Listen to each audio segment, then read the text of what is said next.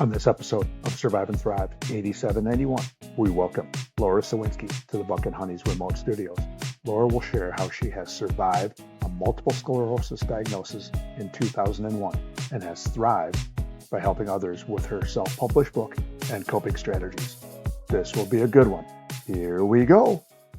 Good morning, good afternoon, good evening. What is up? Welcome to another episode of Survive and Thrive 8791. I'm your host, Coach Decora. We are in the Buck and Honey's remote studios in Madison, Wisconsin. We're over on the east side of our great capital city. You can follow the podcast on Spotify, Apple Music, iHeartRadio, and YouTube at Survive and Thrive 8791. You can follow me on Instagram and Twitter at Decora 8791, as well as hitting me up on Facebook at Tim Decora. Don't forget to hit that subscribe button wherever you listen to the show. Leave us a comment if you liked what you heard. If there's a topic or you know a guest who would love to tell their story, email me at tdecora@gmail.com. That's tdecorah@gmail.com. Glad you could join us today wherever you happen to be. Our mission is to share stories and conversations that make you cry, laugh, and think, stimulating emotions, creating laughter, and inspiring the mind. A new episode will be released on Monday and Thursday morning, featuring a wide range of guests. The podcast will touch on many subjects such as grief, loss of a loved one, recovery, professional setback, divorce, success despite challenges, etc., etc., etc. Our guests will share how they learn to survive and thrive. Today we welcome Laura Sowinski, a friend of mine. I've known Laura for a long, long time, to our Buck and Honey's remote studios. Laura is a fountain of inspiration, a lifelong learner and educator who worked as a Spanish teacher and school administrator for nearly 2 decades. Yet her plan to be a healthy person, both personally and professionally, abruptly changed following a diagnosis of multiple sclerosis. She proclaims, "I don't have MS, I live with MS." Laura repurposed her gifts to help people who are learning English, and she authored and self-published her book. Laura is intimately involved in caring and advocating for her geriatric parents. She shares her DRIVE, D-R-I-V-E, keys, an acronym that represents a way of being, thinking, and doing. This drive mindset works for Laura. Maybe it will resonate with you. Laura demonstrates, "I do what I can, and I do it with joy." Let's drive, D-R-I-V-E. Welcome to the show, Laura. Thank you. What is up?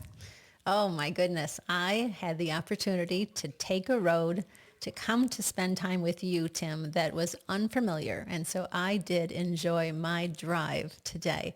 It's a pretty crisp day, but sometimes life is good and I need to just chill out, and I'm glad to be with you here. Well, I think it helps that we have either Google Maps or we've got Waze that can point us in the right direction. So hopefully you use that. Absolutely. And sometimes things that are unfamiliar is okay too. Yes, there's not.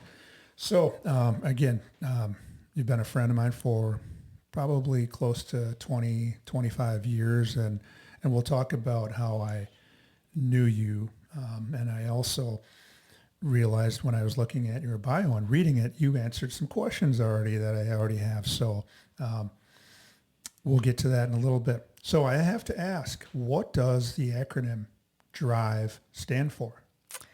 Thank you for inquiring. You know, Tim, there came a point where I was tired of living life so fatigued and feeling burnt out. And it just felt as though it was more of a struggle than what I was wanting to have as time would go on going forward. And I recognized that there was some connections between this way of thinking. And so I decided to put that into an acronym, and that particular acronym represents D, which is determine your care team, or for me, it was my care team. R, release the challenges I've held. I, which is to invest in the recommended therapy. V, which is voice forgiveness. and E, which is experience the moment. And I like that this acronym has served me. So I think if anybody's, the people that are going to listen to this show for me, the great interviewer, or people that are going to listen to the show because they have somebody that is currently going through what you went through or is getting diagnosed or has been going through what you have, I think latching on to something is better than nothing. And I love the acronym of DRIVE. So I'm glad you shared that because I'm a big acronym guy. I mean, the work that I do now, some of the coalition work I do, there's a lot of acronyms and I have to always ask, what are they? So I'm glad you addressed that. In your book bio, did a little stalking on about your book on the internet yesterday. Your favorite room in the house is the kitchen, and that would be same for me. I love to cook. I'm a foodie. I love to eat. Sometimes overindulge, but besides the obvious, what else is so special about the kitchen? And when I say obvious, I'm talking about the cooking and the banana bread you brought me this morning. So besides the cooking, what else? I like that my kitchen has an open space where I can meet and greet people that come to spend time with me. I like that it's an area where my children and I can be goofy, sometimes turn on some music and dance. And I also like that it's an open space. So it's a place where things are in transition and moving. You talked about dancing off air.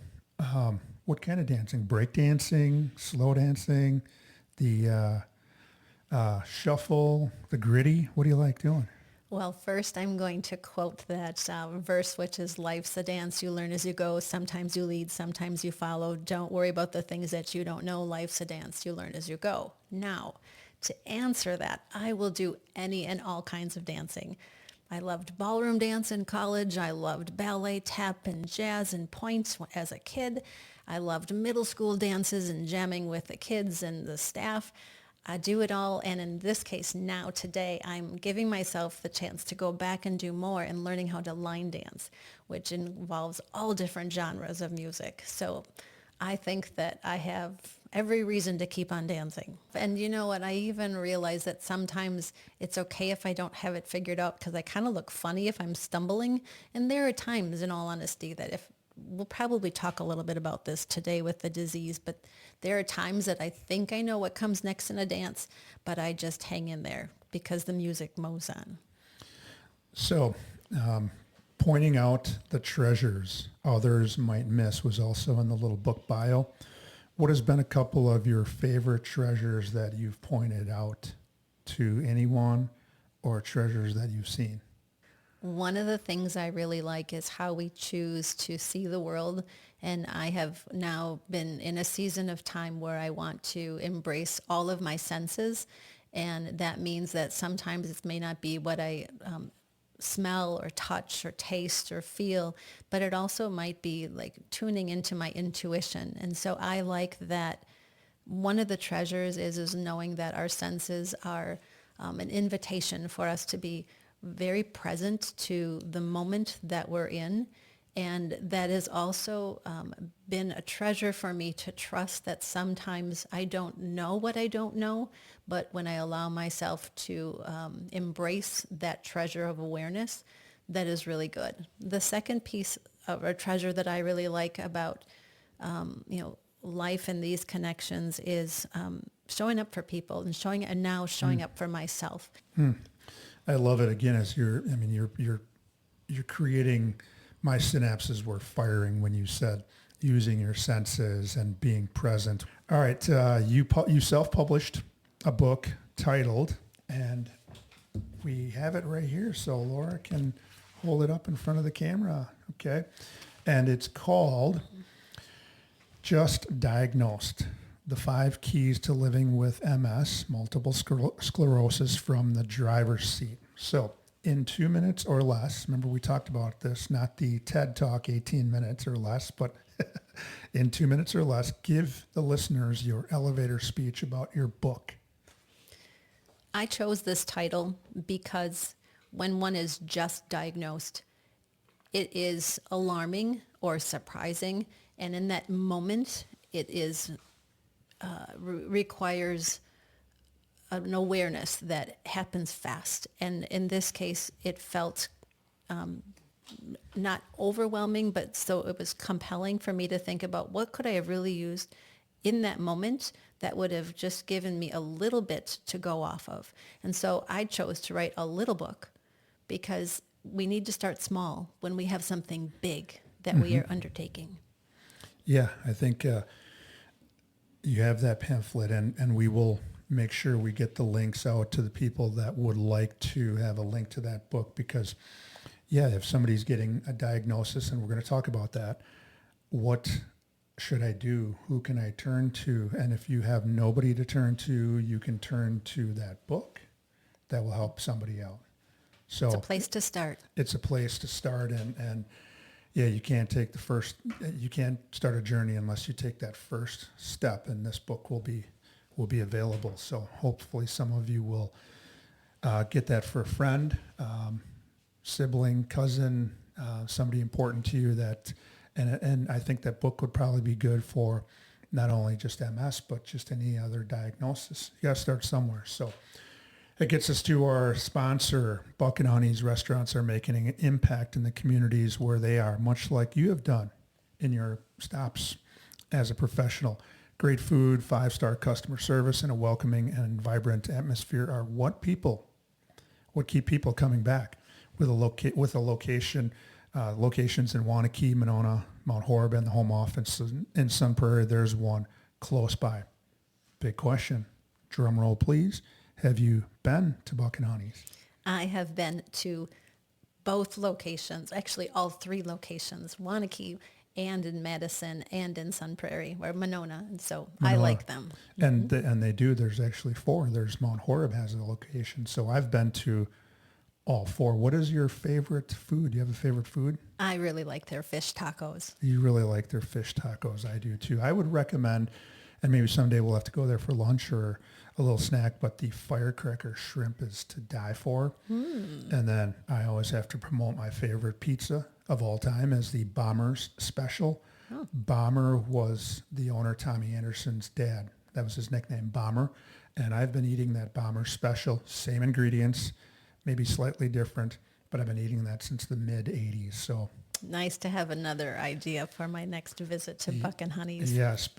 Okay, so we're going to get into this segment 1, and as I look at my clock, it says about 10 or 11 minutes that we want to spend on segment 1. But again, we're always into it for the content, so if I see that feel that we've got good content, we can trim up the second segment. So before the diagnosis, segment 1, we're going to talk about what your life was like growing up, just to give a little background, because sometimes the background will also lead into some of those things, those coping skills that you had maybe previous, but just because of we want to give our listeners a little bit into who Laura Sowinski is. So we talked about where you grew up. Where is that?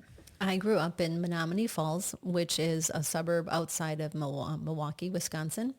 And I am a sister to my brother and daughter of my parents, who really enjoyed giving us the opportunity to grow up in the suburbs, as well as having a lot of opportunities to do activities in the bigger city. Yeah, Milwaukee is one of my favorite places growing up in Wisconsin. I loved Milwaukee and the State Fair and the Brewers and the Bucks. So it is one, unfortunately, or fortunately, it is right here by us. So did you have any role models that you looked up to for your career choice?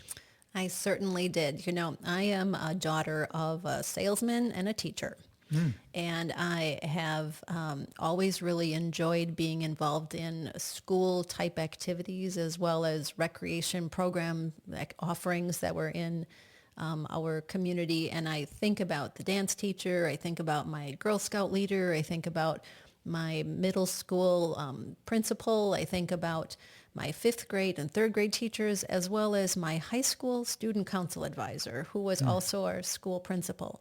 And I wouldn't necessarily say that one of them stood out more than another, but I recognized that I was always curious to be doing the things that brought people or experiences to life, whether it was, something with color, something with flavor, something that would be pleasing to others. I wanted to be around people that made others feel good, and I also really prided myself in trying to do things that made people feel proud. Yeah, those are just, you're pulling a lot of different things from different teachers, and like you said, maybe there wasn't one that was specific, but I think me being in teaching for as long as I was, I took bits and pieces from all of the teachers that I had. The big thing was my teachers made learning fun. And that's what I tried to do as well. And then I wanted to make an impact in kids' lives like you did. So you already answered some of the parent stuff. So ever since I've known you, you've been an administrator.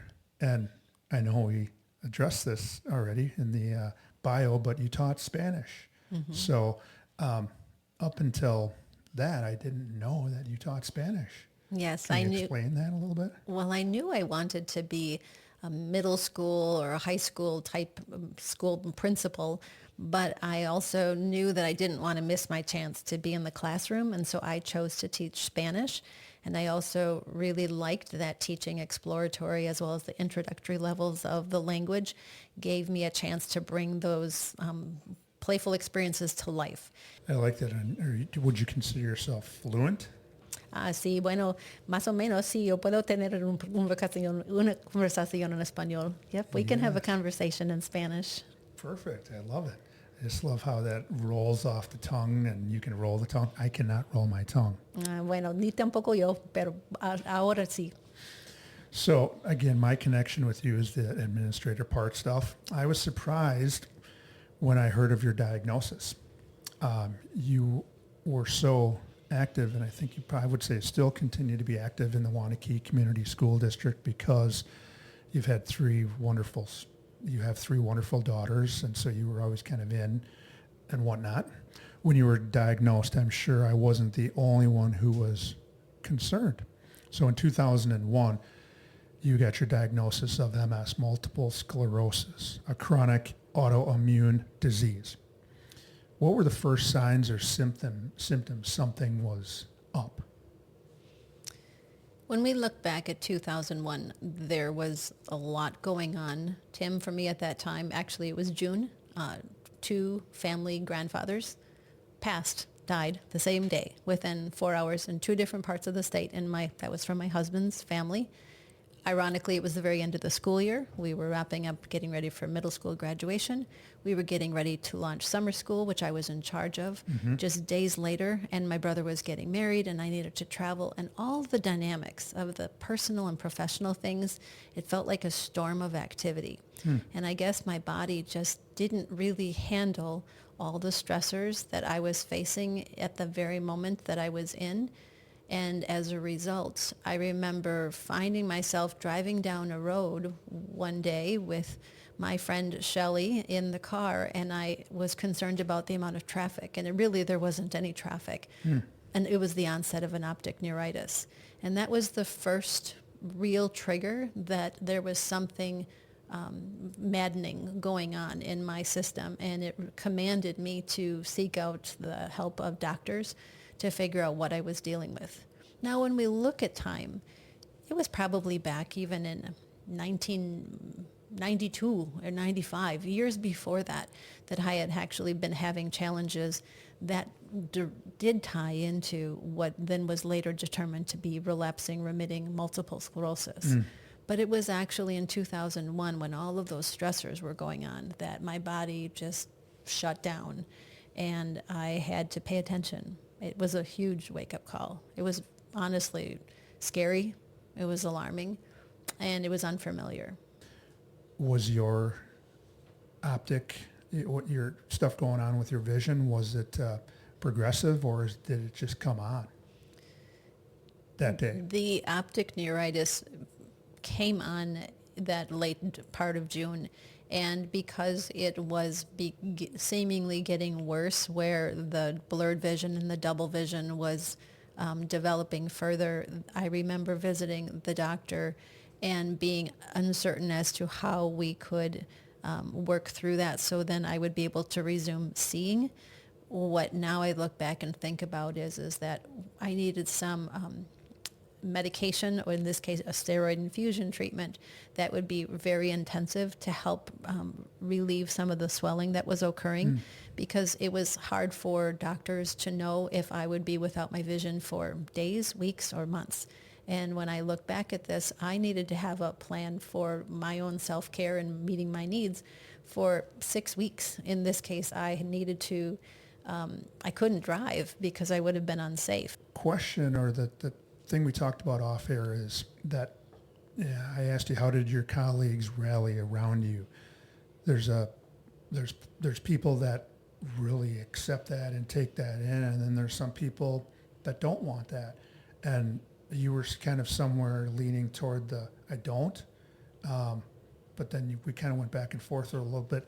Explain about people rallying, the community, the school district, your building rallying around you. How did that impact you? How did you feel about that? Because I think people need to know. I remember that people wanted me to feel that I had their support. I also, as I look back, I think that some people were not familiar with what that diagnosis would be or what it meant. And then I think there were also individuals who were trying to understand how did it play into my emotions. And so I felt the support from the standpoint that there were people who wanted to give me permission to do what I could. Mm-hmm. And there were also people who wanted to relieve me of doing things that potentially could have been stressors or that would have been challenging. What does Laura want? Yeah. Or can I do this for Laura? And you're just a very independent, strong woman, and maybe some of that took some of your independence away. Yep. And people sometimes don't know how to read that, but they're doing it out of the goodness of their heart. And I think just what you were speaking to there, as I sit with you here, it brings back the emotion of compassion, that it's not always easy to understand the situation that we find ourselves in, but people, when we allow ourselves to experience the love that people have either for us or that they wish for us to convey, that they will be there if we reach out or if we ask for it, that looking back is huge. I even had a really good high school friend of mine that got diagnosed probably around the same time you did. And I'm one of those people that I don't know what to say. I want to do something, but I don't know where that boundary lies on. So I think it's, I had to ask people, what do I say? And I had to ask for kind of even help on how I express those things of concern. And I'm glad you were able to navigate that and understand that, because some people will deny that. No, I'm all right. But I think you had to find your way, and it sounds like you have. Tim, if I may just clarify, and at that time back in 2001, probably for about 7 to 8 years, I would say, yep, I have MS. Yep, I have MS. And then it was after some time working with some of my care team and healers that they invited me to look at that differently. And then I found that I actually needed to kind of backtrack and figure out, well, now if I had been telling people I had it, now how do I help people understand that I'm going to choose to describe my relationship with the disease differently? And so I was going to invite people and ask people to do the same, which would be not describe Laura as having MS, but Laura is living with MS. And that was a whole different schema of thought, because I was choosing to undo some of the conclusions or belief statements that I had adopted or professed or invited people to share with me. So now I was looking to live life differently with the disease because of what I had learned about myself. Yeah, you just add or delete or change some wording, and it means something completely different than how you looked at it originally, and that's perfect. We're coming up on the halfway point of the show, but before we take a little break, I want to mention our sponsor again, Buck and Honey's Restaurants. They've sponsored our remote studios since podcast 1, and I'm darn glad. They facilitate the fun to ensure each guest has a memorable experience at a great value. With 4 locations in the Madison area, people keep coming back. So in segment 2, you'll share how you managed to survive during the first few months of your diagnosis and what has allowed you to thrive for the last 23 years. So I'm asking the people that are listening right now, take a pull of that coffee or soda. Don't change the channel. You won't want to miss segment 2 of Survive and Thrive 8791 with Laura Sowinski. Stay tuned. If you, a loved one, or someone you know who is experiencing a physical, mental, or emotional crisis, there is help or resources out there. Contact NAMI, the National Alliance on Mental Illness Helpline, at 1-800-950-6264. This is a free service providing information, resource referrals, and support to people living with a mental illness, their family, providers, and the public. United Way 211 is available 24/7, 365, and offers free confidential assistance. They connect people with the local programs and services that can help. Dial 211. Crisis services, dial 911. Suicide prevention lifeline, call 988. To connect via web chat, go to suicidepreventionlifeline.org. Along with those numbers, there is help. You just need to utter 3 words: I need help. Now back to the show.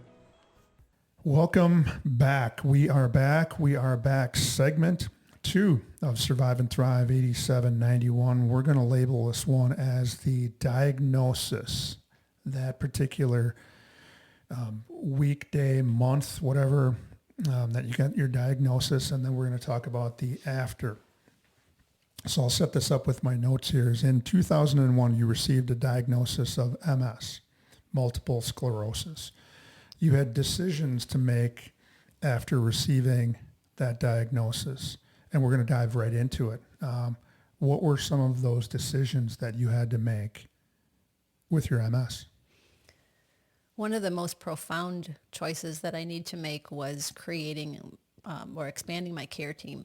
I needed to have a neurology doctor who could help me get the treatments or recommend therapies that would help me deal with the short-term or long-term implications for my health. And so in this case, I was glad that my neurologist and my general care doctor were working in collaboration with one another to help me make a choice for drug therapy at the time. There was just a small handful of therapy drugs available, and yet now as time has gone on, there are so many more. But I remember that I needed to also have faith that what we were choosing was going to work for me, because we really didn't know. And it was just as important for me to have a way to explain to my husband or my family. And at that time, I was not a young mother, but I wanted the circle, the people around me to understand how I was relating to what I was learning about the disease. And I chose to participate in seminars for newly diagnosed. It was helpful for me to look back and see that there were a range of offerings, whether they were in person or that there were phone numbers or people that I could call. This was a time before we did video offerings, but now there are so many other opportunities that I can see as I think back to how did I relate to other people who were recently diagnosed, who were informed and educated individuals who could help me understand what is this disease or dis-ease, and then how to help me figure out what do I do next for me. Because I didn't want to be overwhelmed by the fear and the unknown, but I certainly had a lot of questions. And so I wanted to know that when a question would come up, who could I turn to? And I think that the next piece of making a choice was to look at how did I need to perhaps adjust the expectations that I had of myself at that time. You know, 20-some years ago, life was different than it is now. But the idea of adjusting my expectations as well as the interests and the pace, as well as giving myself permission maybe to just do it at a different pace in a different way. And going back to the idea of to have to trust and have faith that the choices that I was making was in collaboration with the support of my care team. I was very fortunate that in this case, because of my own learning experiences, I recognized things that I should look for. And I also feel grateful knowing that we have a good insurance program that is able to meet the demands of what I need for my care. I think about people who don't have access to as many resources and specialists. You know, I am very fortunate that there is a lot of opportunities for me to choose from and to find what fits best for me. But I also recognize that if I didn't have those resources, that I would want to know who I could turn to help me find the next best fit. So it just makes me realize again that sometimes what we don't know doesn't mean that we can't know. It just means that we have to perhaps ask somebody for help. And the idea of inviting people into my world, which I had always thought I had a plan and would know what comes next, kind of got thrown up in the air and had to just, again, do things differently, which then goes back to the idea of timing. Just because I wanted something didn't mean it was going to happen at the time I commanded it or wanted it or asked for it. Yeah, and we're going to talk about that team that grew. I mean, I think when some people, in particular a young woman, gets a diagnosis and you didn't have kids at that particular time, and I'm sure it was probably crossing your mind, am I going to be able to have a family? Am I going to be able to have kids? And you probably had to ask some of those questions. You have 3 amazing daughters, and I had the opportunity to work with all 3 of them. And did MS pose any concerns with you wanting children? The disease of multiple sclerosis is not genetic, and yet there are some tendencies that we can look at our global population and we can see some things based on our exposure or connection to vitamin D or our dispositions and who we are, from our heritage. It did make me think about what can I do to model for my kids as to how I am handling the choices that I am making. And it did make me wonder if we had children, are they inclined that they may be like me, just like when I think about other family members who have had their own disease or challenges. It was just perspective, Tim, that it didn't deny me the chance to have children, but it raised my awareness that there may be things that I have to choose and be intentional about because I want to set my kids up for success to see that that's what they can do for themselves based on how I handled my own circumstances. And now they're a part of that cheerleading squad along with your husband. So, I've talked with my own situation of, I have my care team, my recovery team that helps me with my anxiety, my counselor, my doctor, my psychiatrist. And then I've got the cheerleaders. Those are my kids and my wife and my good friends that will ask me, how are things going? Are you taking care of yourself? And I'm glad that they ask me because it's just a reminder that people care. So what has been the support like from your family? Let's start with your significant other, your my best friend. Your best friend, yes. Sure. I think about when I was having to deal with the spinal tap back in 2001, and as I laid, I fell down to the floor and having an excruciating pain because I had to have a spinal tap when they were testing for the MS. And now as I reflect back, I go, gosh, was I ever lucky to have a superstar like that who was ready to sweep me off my feet. A second time, again. And get me down to the care I would need. And as time has gone on and all of those years of marriage, I recognize that we walk hand in hand, through these experiences. And it's the kind of thing that in sickness and in health. That's really, really what it has been. And that in this case, the sickness or illness or dis-ease, whatever way we spin those words, it's all about love. And I recognize that my collective love circle has emboldened me to be more true, more pure, more upfront, more vulnerable, more active, more engaged, and more lit up with life about appreciation for relationships. So I am happy to know that not only did my husband light my fire, but now I can continue to foster that love for myself as well as for the lessons that I've learned from this journey with multiple sclerosis. You brought three amazing female girls into the world, and now you had to take care of them, and now they're part of your care team of maybe asking how you're doing. And I know you've talked about them a little bit, but let's go elevator speech on those three girls.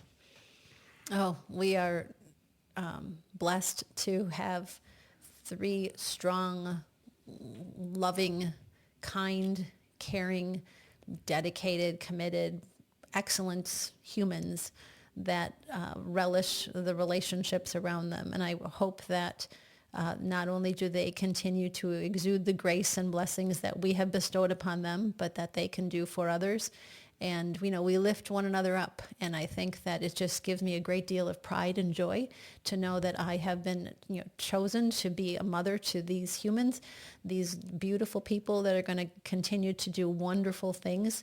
And I feel that we are a testament to why we do what we do and how we can do that to make one another feel good. And it also reminds me that if there are things that they don't know and I don't know, that now it's okay. As time goes on, if we figured it out, we'll come up with the answer. We'll have something a story that we can create. Yeah, that's awesome. And the apple doesn't fall far from the tree when it comes to your kids, because how you explain them is like, I'm thinking to myself, that's Laura, all of those things that you were talking about. So that was awesome. In your book bio, you are quoted as saying, "I don't have MS, I live with MS." We're going to get into that. You're going to put your teaching hat on here a little bit. If you were to give someone advice about their initial multiple sclerosis diagnosis or any other diagnosis that could threaten someone's life, what would you tell them about living with a disease? And I asked if you can come up with 3 to 5 things. So I'm gonna coach you through this a little bit here. And I'll let you talk. Is number 1, you said catch your breath. Mm-hmm. Go ahead and explain that. It's our breath is the opportunity to reset. And I was one who always thought it was great to go fast and be able to do things swiftly. And when you have a circumstance that challenges you, like a diagnosis, it makes you stumble. And I recognize that sometimes, maybe in life, I had the good life, that I didn't fall a lot and I didn't fail. And as a result, I didn't know how to fall and stumble with grace. And yet that idea of giving myself a chance to catch my breath helped me recognize that if I take one breath, then I can take another one. Mm-hmm. And it's one step at a time. I like that it got me thinking of my favorite philosopher from the mid-'80s, Ferris Bueller. He said, if you don't slow down, you're going to miss something. And that kind of goes along with the catching your breath a little bit. You might have to slow down so you don't miss something. Number 2, look to your care team. And you've already touched on that, but go ahead and hit it again. For me, that care team is about healthy people, informed people, and loving people.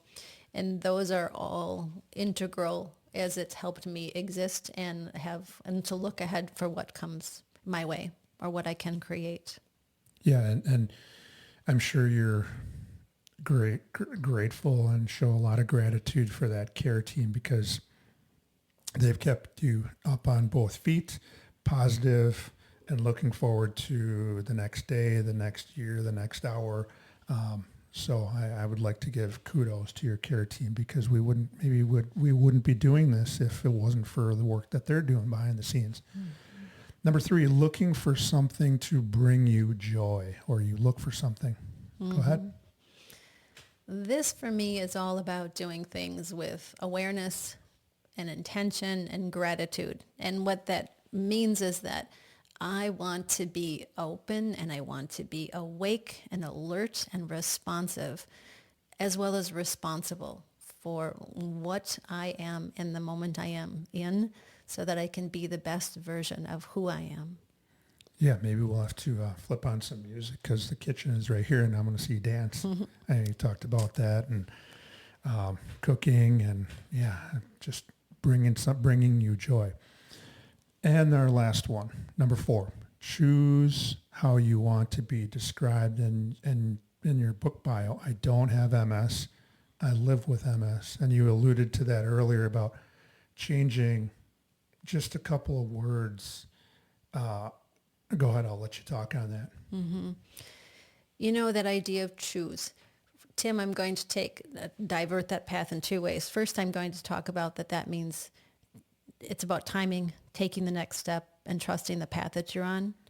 And it also means about forgiving oneself, voicing forgiveness of myself, voicing forgiveness of others when they're just trying to understand what I'm going through and what my circumstances are and what this means.